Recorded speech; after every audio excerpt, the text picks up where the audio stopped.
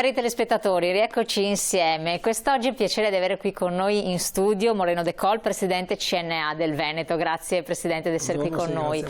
Quindi coinvolgiamo tantissime piccole realtà professionisti, realtà produttive del nostro territorio che fanno anche la linfa vitale peraltro e anche economica di non poco conto, e vediamo di analizzare qual è la situazione direttamente con chi ne è coinvolto, perché a volte ci sono tante notizie che ci fanno spaventare, ci creano allarme, preoccupazione sugli andamenti anche economici dei diversi comparti produttivi, però non si ha mai in mano la reale situazione, che è fatta anche di numeri, che è fatta anche di valutazioni concrete. Poi ci sono stati dei cambiamenti, saranno preannunciati anche dei cambiamenti per quel che riguarda proprio queste aziende che ne verranno coinvolte. Da un lato abbiamo visto, adesso valuteremo insieme, il famoso discorso dei bonus energetici, dal 110 diventato 90 e così via, ma poi anche per quel che riguarda le auto elettriche, fresco e ne vedremo. Ma poi ci sono anche gli adeguamenti delle abitazioni entro il 2035, vero Presidente? Che dovremo... Eccola là, un'altra tappa importante. Quindi sarete coinvolti in primis. Poi c'è il PNRR e ne tiriamo fuori di cose.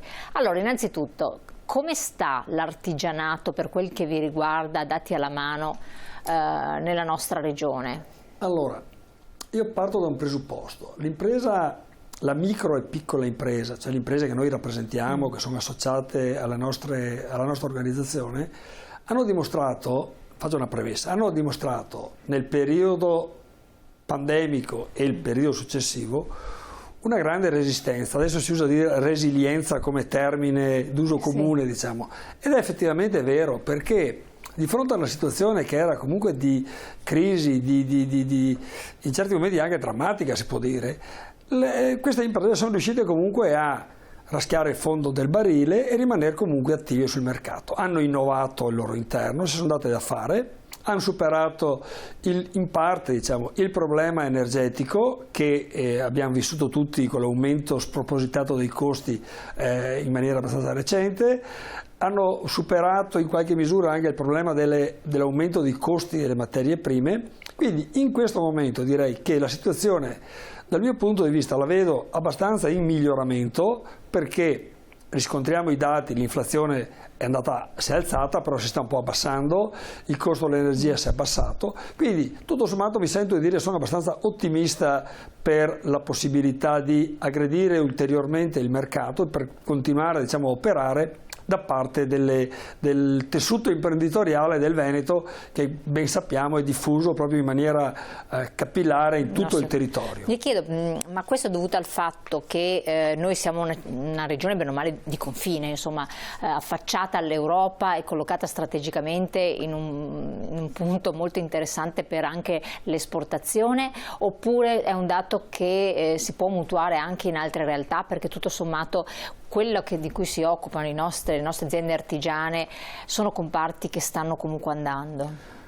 Direi questo e l'altro, perché abbiamo sicuramente una grossa parte delle imprese che operano con i mercati stranieri, che sono parte delle famose catene del valore e quindi costituiscono uno dei tasselli di produzioni che vengono fatte magari anche da altre parti, e continua a essere un aspetto importante, anche se nella situazione di crisi legata al problema della logistica susseguente alla pandemia e al costo dell'energia, anche queste catene hanno avuto degli inceppamenti, diciamo.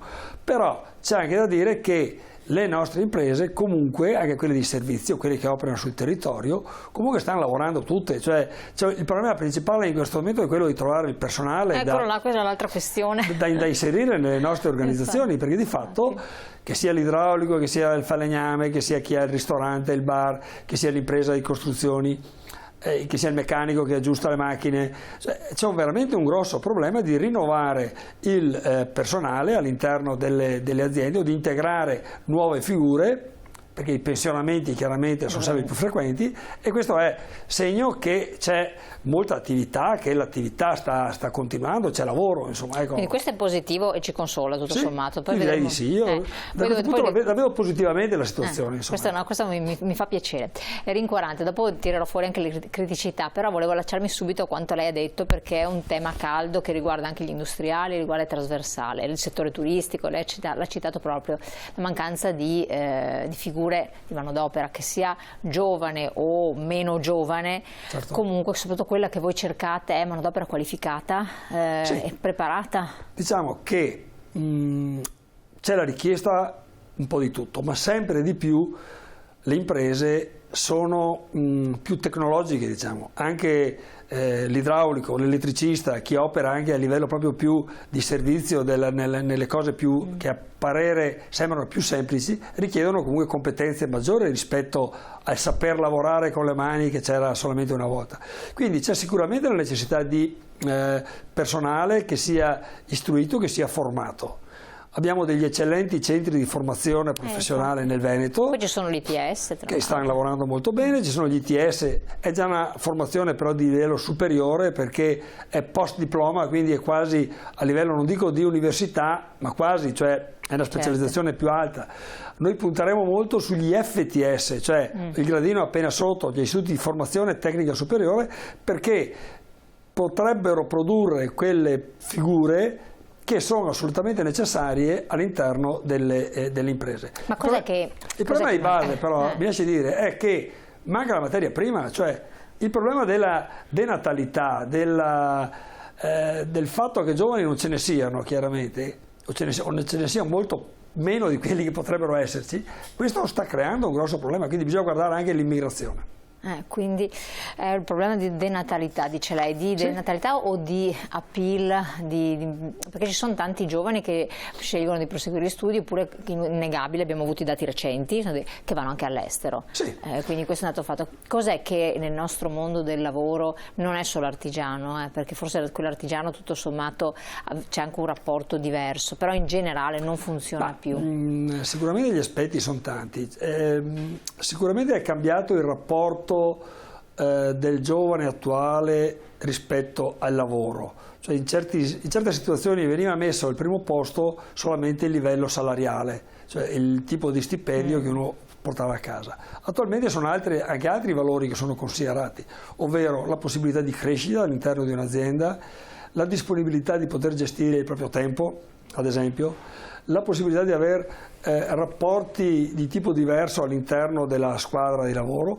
Sono elementi questi che possono far propendere un giovane nell'affrontare una opportunità di lavoro rispetto ad un'altra, e se l'offerta chiaramente non è adeguata a queste richieste, chiaramente chi cerca lavoro va a trovare le situazioni che gli possono aggradare di più, che possono essere più vicine alle proprie esigenze. È ben vero che c'è una grossa fuga di cervelli, ma secondo me va bene che i giovani, anche laureati o diplomati o comunque con una formazione, possano andare all'estero per avere un'esperienza positiva, però è uno spreco che poi l'investimento fatto dallo Stato italiano nella formazione di queste figure vada a vantaggio di paesi esteri e non ci sia un ritorno nel nostro territorio. Però vuol dire che anche la modalità, siccome questo riguarda anche molte persone in mezza età, no? Che cambiano lavoro, cosa che una volta non avveniva, perché si sa che ormai il posto fisso non è più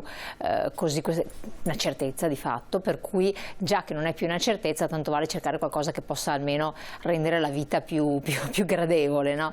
E questo a discapito delle aziende stesse, perché non riescono ad avere una continuità addirittura produttiva, una vision a lungo periodo, quindi vuol dire che qualcosa dentro il mondo del lavoro, dell'azienda, si è incrinato a seguito, per carità, del Covid, che ha fatto fare grosse, secondo me, riflessioni esistenziali a tutte le persone. Partendo dal piccolo, è ipotizzabile qualche cambiamento? Io mi rilascio al discorso che stanno facendo in Europa, no? Di provare i 5 giorni su 7, no, 5 cosa sono 4 giorni su 7 mi pare di lavoro, una riduzione, venire più incontro a certe esigenze pur di renderlo sempre di appeal e motivare anche le persone. No, ma è verissimo questo, tant'è che anche noi a livello associativo abbiamo fatto comunque dei convegni, degli incontri infatti rifacevo anche questo, cioè cosa ne è emerso.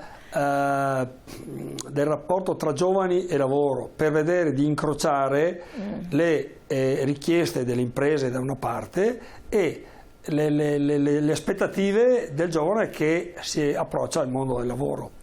C'è un cambiamento anche culturale che deve essere fatto all'interno delle aziende. È evidente che alla fine i conti economici devono stare in piedi, perché altrimenti anche l'impresa, per quanto piccola sia, se non realizza l'utile che deve realizzare, se i conti non li ha in ordine, non può mantenersi sul mercato, questo è evidente. Però il sistema generale del lavoro, come dicevo anche prima, deve essere probabilmente un po' rivisto, anzi sicuramente deve essere rivisto, perché il rapporto tra le due figure non è più lo stesso di una volta, deve essere rivalutato secondo i parametri che effettivamente emergono dalle tante richieste che arrivano, dalle tante informazioni che arrivano. Diciamo, no, ma forse una volta c'era più anche una situazione psicologica di, tra virgolette, sudditanza, no, da parte del lavoratore nei confronti del datore di lavoro, vuoi che questo sia fosse un artigiano, un piccolo imprenditore o una grande azienda, e anche sentito molto la gerarchia, cosa che invece adesso è un rapporto paritario, cioè ti fornisco questo servizio come lavoratore,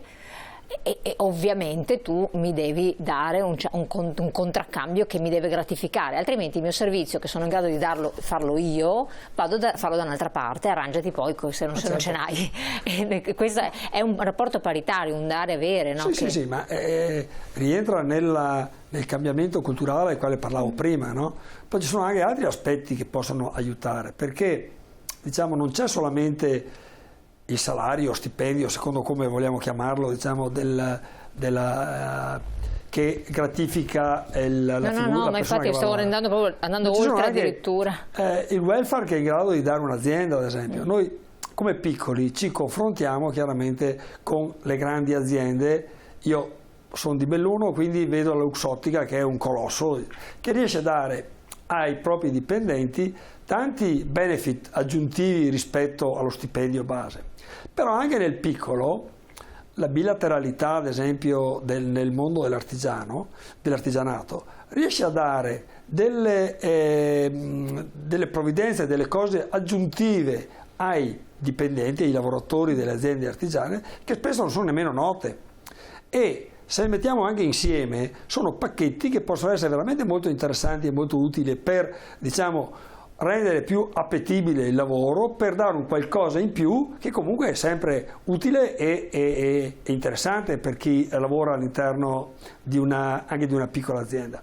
E effettivamente però quello che diceva lei, cioè l'approccio che ci deve essere, cioè puntare a più un lavoro di squadra rispetto a un lavoro di pura sudditanza come poteva essere anni fa, è un aspetto importante. E il giovane che vuole entrare nel mondo del lavoro, per il giovane che vuole entrare nel mondo del lavoro, questo è un aspetto sicuramente non secondario. Però di base, io torno nel ragionamento di prima, è che ci sono poche figure spendibili, cioè manca proprio manca la materia prima purtroppo. E allora lì è un discorso di appeal professionale che sta ancora a monte, cioè non faccio quella scelta scolastica, formativa, perché non ravvedo un qualcosa che mi possa piacere, perché poi i giovani vedono qualcosa che possa piacere, al di là di tutto. Certo. E qui torniamo su questo aspetto. Allora, Presidente, la interrompo un attimo, restate con noi pochi secondi, andiamo in pubblicità, poi ci rivediamo.